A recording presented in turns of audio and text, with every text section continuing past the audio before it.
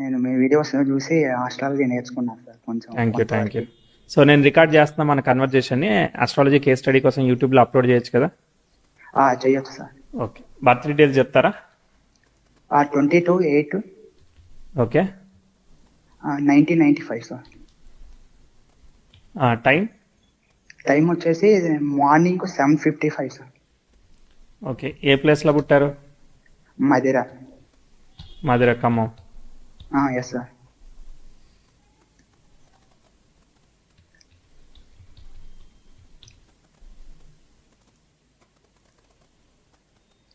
Okay, ఒక్కసారి time verify చేద్దాము. చెయ్యండి సార్. అదే చిన్న డౌట్ ఉంది. డౌట్ ఉంది, బర్త్ టైం మీద డౌట్ ఉంది. ఒక 5 minutes అటు ఇటుగా ఉండొచ్చు అని డౌట్ సార్. హైట్ వచ్చేసి 5'10" ఉంటారు సార్. ఓకే. అది ఎందుకు డౌట్ ఉంది? మీ పేరెంట్స్ రాసింది డౌట్ ఉంటుంది అంటారా? ఏంది డౌట్? పేరెంట్స్ రాశారు సార్. కాకపోతే నేను చిన్నగా నేర్చుకోవడం అది 5'10" కొంచెం మూవ్ చేస్తే ఆ హైట్ని బట్టి మూవ్ చేస్తే నాకు అట్లా అనిపించింది సార్. ఒక 5 minutes అటు ఇట్లో ఉండొచ్చేమో అని.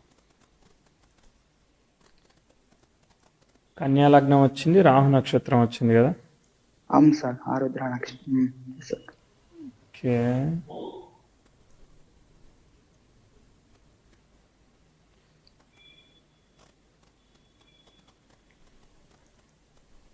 కొంచెం ముందుకెళ్ళేటట్టే ఉంది టైము. Okay sir.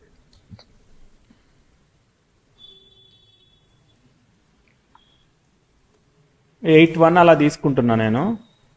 ఓకే ఒక్కోసారి కోఆర్డినేట్స్ వల్ల కానీ, ఒక్కోసారి first breath of the child వల్ల కానీ డిఫరెన్స్ కావచ్చు. ఓకే ఓకే సరే. ఓకే. కన్యా లగ్నము, లగ్నంలో కుజుడు, కుజ నక్షత్రం మీద ఉన్నాడు. ఆరుద్ర నక్షత్రం, మీరు 4వ పాదంలో పుట్టారు, మిథున రాశి. అవును సార్. ఏం కావాలి, ఏం చేస్తున్నారు మీరు? ఇప్పుడు నేను వచ్చేసి ఇరిగేషన్ ఏఈగా చేస్తున్నా సార్. అసిస్టెంట్ ఎగ్జిక్యూటివ్ ఇంజనీర్గా. Very good.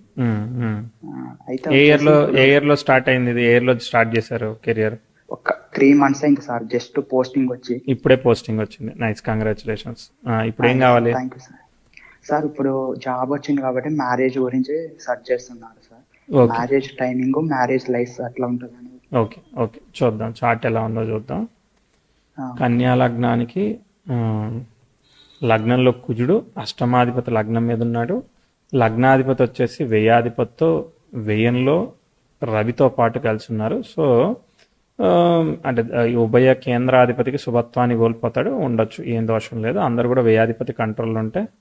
కాకపోతే ఇక్కడ ఏమైతా ఉంది అంటే, కేతువు శుక్రుడు ఒకే నక్షత్రంలో ఉన్నారు, రవి కేతువు ఒకే నక్షత్రంలో ఉన్నారు. దీనివల్ల ఏమవుతుంది, ఈ శుక్ర అలానే రవి వీళ్ళందరూ కూడా డిస్టర్బ్ అవుతున్నారు. కానీ రవి స్వక్షేత్రగతుడు కాబట్టి 60% సేవ్ అవుతూ ఉంటాడు అనమాట. తర్వాత మార్సు రాహు ఒకే నక్షత్రంలో ఉన్నారు, అంటే మార్స్ డిస్టర్బ్ అవుతున్నాడు. తర్వాత మెర్క్యూరీ వీనస్ స్టార్లో ఉంటే వీనస్ కేతు ఒకే స్టార్లో ఉండడం వల్ల డిస్టర్బ్ అవుతున్నాడు. కాబట్టి ఒక్కోసారి చాలా చిన్న చిన్న విషయాలకి చాలా సెన్సిటివ్గా డిస్టర్బ్ అవుతుంటారు మీరు. అవును సార్. అవును. అంటే సైకిల్ ఏదో అయిపోతుంది, ఓవర్ అయిపోతా ఉంటారు సార్. అంటే చంద్రుడు మానసికంగా కొంచెం అంటే కంగారు ఎక్కువ పడుతుంటాం. తర్వాత శని గురువులు పరివర్తనం చెందారు, నక్షత్ర పరివర్తనం. కాబట్టి శని కుజుడు యొక్క ఫలితాన్ని ఇస్తాడు. కుజుడు లగ్నం మీద ఉన్నాడు కాబట్టి శని ఓకే. గురువు శని ఫలితాన్ని ఇస్తాడు కాబట్టి ఓకే, అది కూడా పరివర్తన వల్ల అది స్వక్షేత్రమైంది కాబట్టి చాలా వరకు ఓకే. ఓకే, సప్తమాధిపతికి కొంత వక్రత్వ దోషం వచ్చింది, కళత్రకారకుడికి కొంత వక్రత్వ దోషం వచ్చింది. అంటే చార్ట్లో అంటే టువర్డ్స్ అంటే చతుర్థాధిపతి కూడా వక్రత్వ దోషాన్ని పొందాడు కాబట్టి హార్డ్ వర్కింగ్ ఫర్ మదర్ కానీ, లేదంటే హాస్టల్లో దూరంగా ఉండడం ఇలాంటివి ఏమైనా ఇచ్చాయా? వచ్చినాయి సార్, ఇచ్చినాయి సార్. ఓకే, అసలు టైం మా ఫాదర్ లేరు సార్ చిన్నప్పుడు. అదే ఆ మదర్ రెస్పాన్సిబిలిటీ తీసుకొని హార్డ్ వర్క్ ఇచ్చింది కదా. అవునవును సార్, ఇచ్చింది.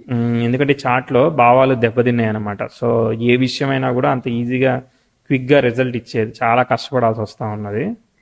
సో ఇప్పుడు టైం ఎట్లా జరిగిందో చూద్దాము.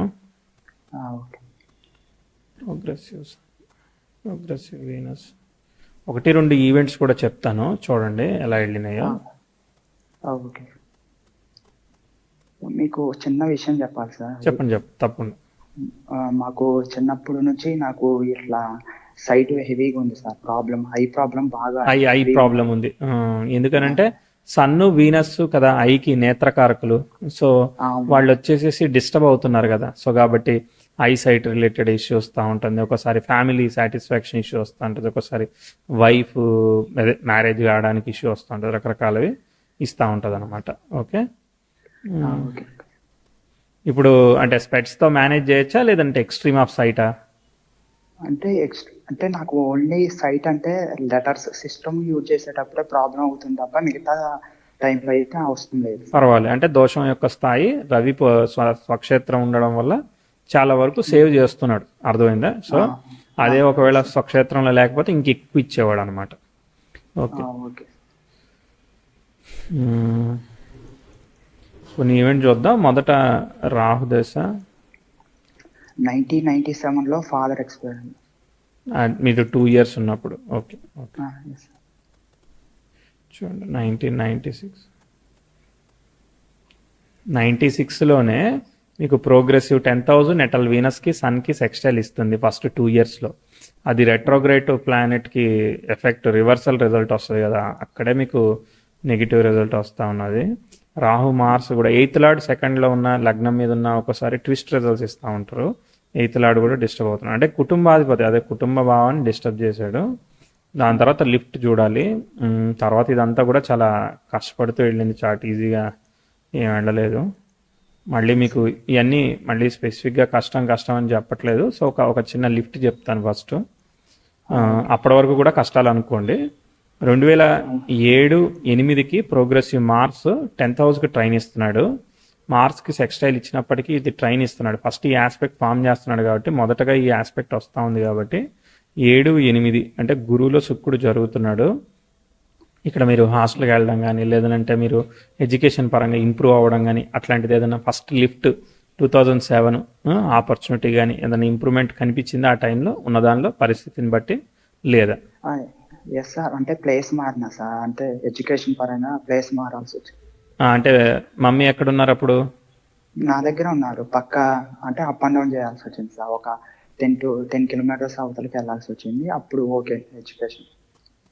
అక్కడ ఏమైనా ఫ్రీ సీట్ లాగా వచ్చిందా ఏంది? లేదు సార్, ఏమీ లేదు. ఓకే. ఓకే. చదువు ఇంప్రూవ్ అయింది. చదువు ఇంప్రూవ్ అయింది, స్కోప్ ఇంప్రూవ్ అయింది. ఓకే. ఇది ఒక నిలబెట్టే ఆస్పెక్ట్. మళ్ళీ ఆస్పెక్ట్ వచ్చినప్పుడు మళ్ళీ అంటే ఇప్పుడు లిఫ్ట్ అయింది కదా, సో కొంత పోతూ ఉందన్నమాట. ఓకే. గురు సెకండ్ పార్ట్ కొంత లిఫ్ట్ ఇస్తున్నాడు. ఇది ఎక్కడ వరకు పోతుందో చూద్దాం. మళ్ళీ ఇబ్బంది వచ్చినప్పుడు చెప్తా. చార్ట్ మనం అర్థం చేసుకుంటే మిగిలినది చెప్పడానికి. మళ్ళీ ఇక్కడ చూడండి, ప్రోగ్రెసివ్ వీనస్ 10th హౌస్కు స్క్వేర్ ఇవ్వడము ఇది కొంచెం బాగాలేదు. 2018, 2019 వీనస్ యురేనస్కి రెట్రోగ్రేడ్ ప్లానెట్కి ట్రైన్ ఇవ్వడం ఇవన్నీ సరిగా లేదు. 10th హౌస్ స్క్వేర్ మార్క్ జరుగుతుంది. అంటే ఈ 18, 19, 20 2-3 years మళ్ళీ సరిగా రాలేదు. అక్కడ ఎడ్యుకేషన్ కానీ కెరియర్ కానీ ప్రయత్నాలు చాలా కష్టపెట్టాయా? ఎస్ సార్, ఎడ్యుకేషన్ బ్రేక్ వచ్చింది. అంటే అది అవ్వలేదు, కంప్లీట్ చేయడానికి ఇబ్బంది అయింది. తర్వాత చేశాను. 21 నుంచి ఇంకా కొంచెం బెటర్గా ఉంది సార్. అప్పుడు అది రెట్రోగ్రేడ్ మార్స్కి స్క్వేర్ ఇచ్చింది కాబట్టి ఆ మాత్రం పని చేస్తూ ఉంది, అర్థమైందా? అది ఇవ్వకపోతే అది పనిచేయదు. ఓకే. దాని తర్వాత సాటర్న్లో వీనస్ నడుస్తున్నాడు. వీనస్కి రెట్రో ఫలితం అయితే ఉంది, దానికి కాంపన్సేషన్ ఏమీ లేదు. సెల్ఫ్ ఎఫర్ట్ అంటే చాలా కష్టపడుతున్నట్టు, అర్థమైందా? అంటే మనం అంతా రెస్పాన్సిబిలిటీ పడుతూ ఉంటుంది. ఓకే. 23-24లో ప్రోగ్రెసివ్ 10th హౌస్ రెట్రోగ్రేడ్ యురేనస్కి అపోజిషన్ వెళ్తుంది. అపోజిషన్ వెళ్ళడం చాలా బ్యాడ్ ఆస్పెక్ట్, కానీ రెట్రోగ్రేట్ అవుతుంది కాబట్టి ఆల్ ఆఫ్ ఎ సడన్ అన్ఎక్స్పెక్టెడ్గా ప్రోగ్రెసివ్ ఇంప్రూవ్మెంట్. సన్ ఈ లగ్నానికి ఏమి బెనిఫిషియల్ ఏమీ కాదు కదా, కాబట్టి అక్కడ సాటర్న్లో సన్ 2023 డిసెంబర్ నుంచి 24 నవంబర్ మధ్యలో లిఫ్ట్ ఇచ్చింది. రవిశనులు చూసుకుంటున్నారు కదా, సో కాబట్టి ఒకసారి రవిశనులు గవర్నమెంట్ జాబ్ ఇస్తారు కానీ ఒకసారి ప్రోగ్రెస్ ఇమీడియట్గా ఇవ్వరు అనమాట.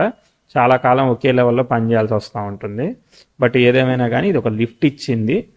కానీ ఇదే టైంలో ప్రోగ్రెసివ్ సన్ కూడా 10th హౌస్కి స్క్వేర్ అవ్వబోతూ ఉన్నది. సో కాబట్టి we have to be careful. అంటే ఇది రెండు పనిచేస్తాయి, కానీ ఇప్పుడు ఇది ఉంది కదా యురేనస్తో ఉంది కాబట్టి ఇది కాపాడుతుంది.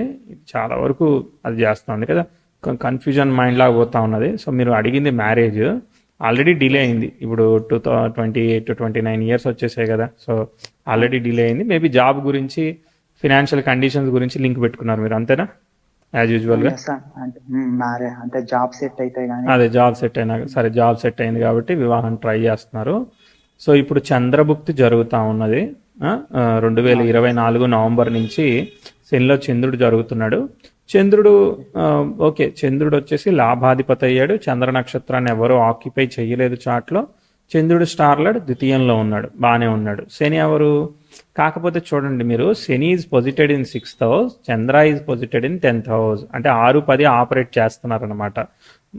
Rahu is posited in the 2nd house, కానీ ఫస్ట్ భావానికి కూడా కనెక్ట్ అవుతాడు కాబట్టి 1-6-10 ఆపరేట్ అవుతుంది. అలానే చూడండి, చంద్రుడు యొక్క స్టార్లడ్ అయిన రాహు 7th హౌస్కి ఏమీ స్ట్రైట్గా కనెక్ట్ అవ్వలేదు. అంటే కష్టపెడుతుందిగా, అంత ఈజీగా ఇవ్వట్లేదు ఫలితాన్ని.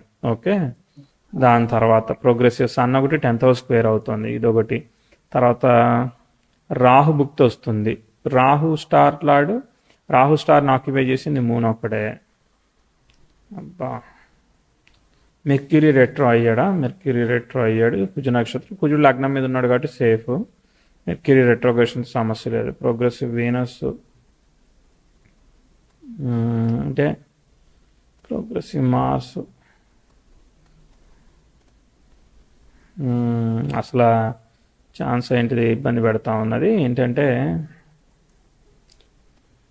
మార్స్ పొజిషనల్ స్టేటస్, మెర్క్యూరీతో వీనస్ కలిసి ఉన్నాడు. దాన్ని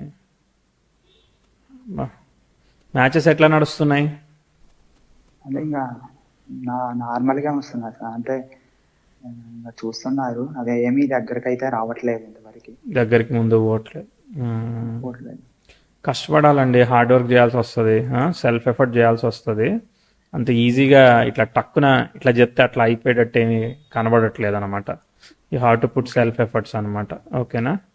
తర్వాత మార్స్, రాహు, తర్వాత జూపిటర్. ఇది డ్రాగ్ అవుతూ ఉంటుంది. సో కాబట్టి careful. Progressive Mars, progressive sun 10th house square ఇస్తున్నాడు కాబట్టి టేక్ కేర్ ఆఫ్ వర్క్ అని చెప్తాను. ఫ్రస్ట్రేషన్స్ ఏమీ పెట్టుకోకుండా కష్టపడి పని చేయాల్సి వస్తుంది. ప్రోగ్రెసివ్ మార్స్ ఒకటి కొంతవరకు బెటర్. మెర్క్యూరీ మార్స్ అంటే ఏ ఇయర్ సార్ అది? మార్స్ భుక్తి అంటే Mars is the 3rd lord. Mars positional స్టేటస్లో ఉన్నాడు, కనెక్టెడ్ ఉన్నాడు, 8th కనెక్ట్ అవుతున్నాడు. Mars is connected through Mercury, Venus and sun అన్నమాట. ప్రయత్నం చేయడమేనండి, అర్థమైందా? ప్రయత్నం చేయడమే, మన సెల్ఫ్ ఎఫర్ట్ చేయడమే. నేను ఇక్కడ ఏంటిది ఇది టైం అని ఏమీ చెప్పలేకపోతున్నాను, ఎందుకంటే కొంచెం ఛాలెంజింగ్ ఆస్పెక్ట్స్ ఉన్నాయి కాబట్టి. రెండో వాళ్ళ చాట్లో వివాహ యోగం అంటే వివాహాన్ని నిలబెట్టుకునే యోగం బాగుండేటట్టు చూసుకొని, వాళ్ళ టైం బాగుండేటట్టు చూసుకుంటే మనకు వచ్చే ఛాలెంజెస్, ఎందుకంటే ఎదుటి వాళ్ళకి పేషెన్సీ ఉంటే మనం వాళ్ళని ఓవర్కమ్ చేయగలుగుతాం. అర్థమైందా? ఏదైనా ఛాలెంజెస్ వచ్చినా మనకి టైం బాగోపోతే మనం ఫ్రస్ట్రేట్ అవుతాం, వాళ్ళకి టైం బాగోపోతే మనల్ని ఫ్రస్ట్రేట్ చేస్తారు. కాబట్టి మనకి మిక్స్డ్ టైం ఒకటి జరుగుతూ ఉన్నది, టఫ్ ఆస్పెక్ట్స్ జరుగుతున్నాయి కాబట్టి వాళ్ళ టైం కూడా కొంచెం బ్యాలెన్సింగ్గా ఉండేటట్టు, అంటే వివాహాన్ని నిలబెట్టుకునేటట్టు యోగం ఉండాలి. టైం ఒక్కోసారి బాగోపోవచ్చు, దట్ ఈజ్ ఓకే. మనకి టైం బాగోనప్పుడు వాళ్ళకు కూడా టైం బాగోకుండా ఉండొచ్చు. కానీ వాళ్ళ వివాహ యోగం బాగుండేటట్టు చూసుకోలేదనుకో, ఇప్పుడు ఇటు సైడ్ బాగాలేదు, అటు సైడ్ కూడా బాగాలేదనుకో, అప్పుడు ఛాలెంజింగ్ రిజల్ట్స్ వస్తాయి. కాబట్టి కాన్షియస్గా స్టెప్ తీసుకోవాలి. సరేనా? ఓకే. మ్యారేజ్ విషయంలో మీరు నేర్చుకున్నా అన్నారు కదా, మీకు అర్థమైంది కదా ఇప్పుడు ఆల్రెడీ? అర్థమైంది సార్. అదే ఛాలెంజెస్ ఉన్నాయి, దాటుకుంటా జాగ్రత్తగా దాటుకుంటూ పోవాలి. వక్రత్వం పడింది సప్తమాధిపతికి. సప్తమాధిపతి వక్రత్వం చాలా వరకు బ్యాలెన్స్డేలే, పర్వాలేదు. నాకు అంతా కూడా ఏంటంటే శుక్రుడికి ఏర్పడిన వక్రత్వం ఒకటి. దశానాథుడు ఏంటిది షష్టాధిపతి, ఆయన ఏంటిది రిజల్ట్ ఆఫ్ మార్స్, అష్టమాధిపతి రిజల్ట్, ట్విస్ట్ రిజల్ట్స్ ఇస్తున్నాడు అనమాట. పర్వాలేదు, లగ్నం మీద ఉండి శని కుజుల్లాగా ఫలితం ఇస్తూ ఉంటారు. సరే, విపరీత యోగాన్ని ఇచ్చారు అది అని అనుకుందాం. ఒకటి ఏంటంటే ఫ్యామిలీ హెల్త్, పర్సనల్ హెల్త్, ఇవన్నీ చూసుకోవాలి, డ్రైవింగ్ చూసుకోవాలి. తర్వాత నెక్స్ట్ వీళ్ళతో మనం వర్క్లో వచ్చే ఒడిదొడుగులు, ఇప్పుడు గవర్నమెంట్ అంటే ఆఫీసర్స్తో ప్రెజర్స్ ఉంటాయి కదా, రకరకాల ప్రెజర్స్ ఒక్కోసారి. సో అలాంటివి కూడా జాగ్రత్తగా మనం బ్యాలెన్స్ చేసుకోవాలన్నమాట. ఈగోకి పోకుండా బ్యాలెన్స్ చేసుకుంటా ముందుకు పోవాలి, అంతే. Okay sir. చిన్న డౌట్ ఏంటంటే సార్, శనిలో కుజుడు వచ్చినప్పుడు 27 ఆ టైంలో వస్తుంది కదా! అప్పుడు డ్రైవింగ్ పట్ల మనం కేరింగ్ ఇలా తీసుకోవాలి సార్. మ్యారేజ్కే ట్రై చేయండి, ఏం కాదు. ఎందుకనంటే okay. Progressive sun 10th house square అప్పటికి కొంచెం రిలీవ్ అవుతోంది, అంటే ఇటు యురేనస్తో ఉంది కదా, బ్యాలెన్స్ చేస్తూ ఉంది. Okay, okay. అంత ఓకే అంత సార్. ఏమీ కాంప్లికేట్ అనుకోవట్లేదు, అంతేం కాంప్లికేట్ అనుకోవట్లేదు. అందుకే నేను మ్యారేజ్కే ట్రై చేయమని చెప్పాను. సరేనా? Marriage okay sir. అంటే హెల్త్ ప్రాబ్లమ్స్ ఇంకేమన్నా? ఏం లేదు, అక్కడ ఏం లేదు. కానీ ఇక take care of mother health, preventive checkup అవన్నీ మనం చేసుకుంటా మామూలుగా వెళ్ళడమే. Okay sir. తర్వాత సార్ నెక్స్ట్ బుధ మహాదశ ఎట్లా ఉండొచ్చు సార్ అది? ఉమ్, నెక్స్ట్ బ- 2032, అప్పుడు ఏం 33. చేద్దామని? అంటే ఏమి లేదు సార్, నాకు ఆస్ట్రాలజీ పరంగా, అంటే ఈ చిన్న ఆస్ట్రాలజీ పరంగా డౌట్ సార్. అంటే ఏంటంటే బుధ మహాదశ కొంచెం నాకు శనిలో బుధుడు వచ్చినప్పుడు కూడా నాకు అంత కంఫర్టబుల్ లేదు. రెండోది ఏంటంటే బుధుడు సరిగ్గా వర్క్ అవ్వట్లేదు అనేది నా లేదు, అభిప్రాయము. మీకు ఇంకా బుధుడు వక్రించిన తర్వాత ఇంకొంచెం బెటర్గా వర్క్ అవుతాడు. ఎందుకంటే ఇప్పుడు భర్త చాట్లో ఉన్న వక్రత్వ దోషం ఏ విధంగా పనిచేస్తుందనంటే వ్యయభావ ఫలితాలు ఇస్తుంది అనమాట. ఓకేనా? అప్పుడు ఎప్పుడైతే బుధుడు ముందుకెళ్ళి కుజ మరియు చంద్ర నక్షత్రాల్లో వక్రించుకుంటే వెనక్కి వెళ్ళినప్పుడు కుజుడు లగ్నం మీద ఉన్న ఫలితాలు, చంద్రుడు దశమంలో ఉన్న ఫలితాలు బెటర్గా ఇవ్వాలి. సో ఇంకా ఇక్కడ ఏంటంటే వక్రించి హెల్ప్ చేస్తాడు. ఓకే. ఓ రకంగా అదే బెటర్ అనమాట. కాకపోతే అగ్రెసివ్ డెసిషన్ తీసుకోకపోతే సరిపోతుంది. ప్రోగ్రెషన్స్ అన్ని ఎలా వెళ్తున్నాయి అనే దాన్ని బట్టి ఉంటుంది. ప్రోగ్రెషన్లో ఏముంది, ప్రోగ్రెసివ్ 10th హౌస్ మంచిగా చక్కగా ముందుకు పోతుంది, జూపిటర్కి ట్రైన్ ఇస్తుంది, మార్స్కి సెక్స్టైల్ ఇస్తుంది. సో అక్కడ ఇబ్బందికరమైన ఆస్పెక్ట్స్ అంటే ప్రోగ్రెసివ్ వీనస్ ఒక్కటే వస్తుంది కదా, అంతకుమించి ఏమీ లేదు కదా. ప్రోగ్రెసివ్ మార్స్ మార్స్ అంటే అది 2 పార్ట్స్ తీసుకోండి. ఒక పార్ట్ దగ్గర మార్స్ ఒక ట్రైన్ విత్ సెక్స్టైల్ ఒక ఆస్పెక్ట్ ఫామ్ అవుతుంది. 2040-41 ఒక రెసిషన్ ఒక పీరియడ్ ఉంది, ఆ పీరియడ్ దగ్గర ఇన్వాల్వ్ అవుతుంది. అంటిల్ దట్ అక్కడ కూడా మాకు లక్కీ ఏంటంటే ప్రోగ్రెసివ్ 10th హౌస్ జూపిటర్తో ట్రైన్ అవుతుంది, బ్యాలెన్స్ చేస్తూ ఉన్నది. So I don't think it's complicated. తర్వాత ప్రోగ్రెసివ్ వీనస్ అందుకుంటుంది, బాగుంటుందండి. బుధ దశ శని దశ కన్నా బుధ దశ బాగుంటుంది. ఓకే. ఓకే. బుధ దశ బాగుంటుంది, భయపడకండి, బాగుంది, మంచిగా ఓకే వెళ్తుంది సార్. అది. సరేనా? ఓకే. Okay sir. ఇంకా ఇంకేముంది, అంతే ఇక. ఓకే. దాని గురించే సార్ చిన్న డౌట్లో ఏంటంటే, ఇప్పుడు మనం ఇక్కడ అష్టమాధిపతి కేతు అశ్విని నక్షత్రంలో ఉండు, కుజుడు కుజ నక్షత్రంలో ఉండడం వల్ల ఉన్నాడు. ఇప్పుడు ఆ, అక్కడ 8th హౌస్ రిజల్ట్ మొత్తం కుజుడు తీసుకోవాల్సి వస్తుంది. కుజుడు సొంత నక్షత్రంలో ఉండడం వల్ల బుధుడు అప్పుడు ఇవ్వాల్సి వస్తుంది. కుజకేతులు కలిసి లగ్నం మీద ఉన్న ట్యాక్ చేస్తారు రకరకాల. అంటే మీకు ఏంటి క్వశ్చన్? ఓకే, ఆయుర్దాయ యోగాన్ని ఇస్తాడు, లాంజివిటీ ఇస్తాడు, మంచిగానే ఇస్తాడు. ఇంకా ఓకే సార్. దాని గురించి ఒకటి. రెండోది ఏంటంటే, ఇక్కడ శని గురువులు పరివర్తనం చెందడం వల్ల శని గురువు యొక్క రిజల్ట్ లేకపోతే గురువు శని యొక్క రిజల్ట్ అట్లా పరివర్తనం చెంది చూడండి, పరివర్తన చెందినప్పుడు రాస్యాధిపతి ఫలితాన్ని ఇస్తాడు. సో అక్కడ రాస్యాధిపతి ఫలితాన్ని ఇస్తాడు. గురువు వెళ్ళి గురు నక్షత్రంలో ఉంటాడు, కానీ శని యొక్క వక్రత్వం ఏదైతే ఉందో కొంత ఇన్ఫ్లుయెన్స్ చేయబడుతుంది. కానీ శని మాత్రం ఏంటిది, కుజుడి ఫలితం, లగ్నం మీద ఉన్న కుజుడి ఫలితం ఇస్తూ ఉంటాడు. సో కాబట్టి శని సేఫ్గా ఉంటాడు, గురువే కొంచెం అది చేస్తూ ఉంటాడు అనమాట. దానివల్ల ఏముంది, చతుర్థ భావ ఫలితాలు, సప్తమ భావ ఫలితాలు త్వరగా రిజల్ట్స్ ఇవ్వవు. అందుకనే చతుర్థ భావ ఫలితాల కారణంగా మదర్ హార్డ్ వర్క్ చేయాల్సి వచ్చింది కదా, రెస్పాన్సిబిలిటీస్ తీసుకోవాల్సి వచ్చింది కదా. అవునవును సార్. అది. ఇంకా రేపు వైఫ్ కూడా ఛాలెంజ్ తీసుకోవాల్సి రావచ్చు, హార్డ్ వర్కింగ్ కానీ ఇట్లా. అలా అనుకోకూడదు అనమాట. ఎప్పుడు ఒకే రకమైన సినారియో ఉండదుగా. అప్పుడు పరిస్థితి అసలు ఫస్ట్ నువ్వు వైఫ్ దాకా ఆలోచిస్తున్నావు, ఫస్ట్ వివాహం అయ్యాక అదంతా ఆలోచించాలి నువ్వు. ఓకే. Okay sir. ఫస్ట్ వివాహానికి ప్రయత్నానికి ఏదైతే ఉంటుందో ఆ ప్రయత్నం కూడా సఫరింగే కదా. Yes sir. అంత ఈజీగా అయిపోతుందా? అదే సఫరింగ్ ఉంది కాబట్టి ఒక్కోసారి హెల్త్ ఇస్తుంది, ఒక్కోసారి హార్డ్ వర్క్ ఇస్తుంది, ఒక్కోసారి డిస్టెన్స్ రిలేషన్షిప్ ఇస్తుంది, రకరకాలుగా ఇస్తూ ఉంటుంది. సార్ మీకు ఒక చిన్న విషయం ఏంటంటే, నేను ఇంతవరకు నుంచి ఇప్పటి వరకు విపరీతమైన స్ట్రగుల్స్, విపరీతమైన హార్డ్ వర్క్. రెండోది ఏంటంటే, ఏ చిన్న విషయం కూడా నాకు చాలా చిన్న విషయం కూడా నాకు అంత ఈజీగా కంప్లీట్ కాదు సార్. నేను మీకు చెప్పింది కూడా అదే కదా, మీకు భావాలు దెబ్బతిన్నాయి, ఏ విషయం కూడా అంత ఈజీగా అవ్వట్లేదు అని చెప్పాను కదా. అదే 2 to 3 అటెంప్ట్స్ ప్రతిదీ అటెండ్ చేస్తే తప్ప రాలేని పరిస్థితి. అట్లా ఉంది సార్. ఇప్పుడు చిన్న డౌట్, మ్యారేజ్ అవ్వడానికి లేట్ ఉందా, మ్యారేజ్ అయ్యాక కూడా ప్రాబ్లమ్స్ తో సఫరింగ్ ఉందా సార్? అది అంటే ఇప్పుడు దాకా లేట్ చేసింది కాబట్టి లేట్ అయ్యా అలా కాదు, కంపాటబిలిటీని బట్టి అక్కడి నుంచి మనం చూసుకోవాలి. కంపాటబిలిటీ బట్టి రిలేషన్షిప్ని బట్టి వాటిని బట్టి వాళ్ళ టైంని బట్టి ఎస్టిమేట్ చేయాలి. మనం ఒక్కడమే కాదు కదా, ఇట్స్ ఎ యూనియన్. కాబట్టి ఇద్దరు కలిసినప్పుడు ఎలా ఉంటుంది అనేది వేరే. అంటే మనకి మన ఏదైతే దానిలో ఉంటుందో ఛాలెంజెస్ ఉన్నాయి అబ్బా, 100కి 10కి 5 మార్కులు వేసుకున్నాము, మరి అటు దానిలో 5 మార్కులు 2 మార్కులు వచ్చాయనుకో అప్పుడు ఇబ్బంది కదా, అదే ఆ దానిలో ఒక 9 మార్కులు వచ్చాయనుకో అప్పుడు బ్యాలెన్స్ అవుతుంది కదా.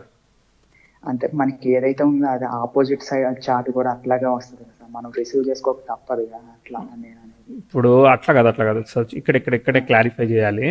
సో ఇప్పుడు మనకున్న కార్మిక డీడ్ కారణంగా మనకు ఆపోజిట్ చార్ట్ కూడా అలానే వస్తుంది. కానీ ఆపోజిట్ చార్ట్లో ఒక్కోసారి కొన్ని విషయాలకి ఎక్సెప్షన్స్ దొరుకుతాయి, ఎగ్జామ్షన్స్ ఉంటాయి కదా, అట్లాంటివి దొరుకుతాయి.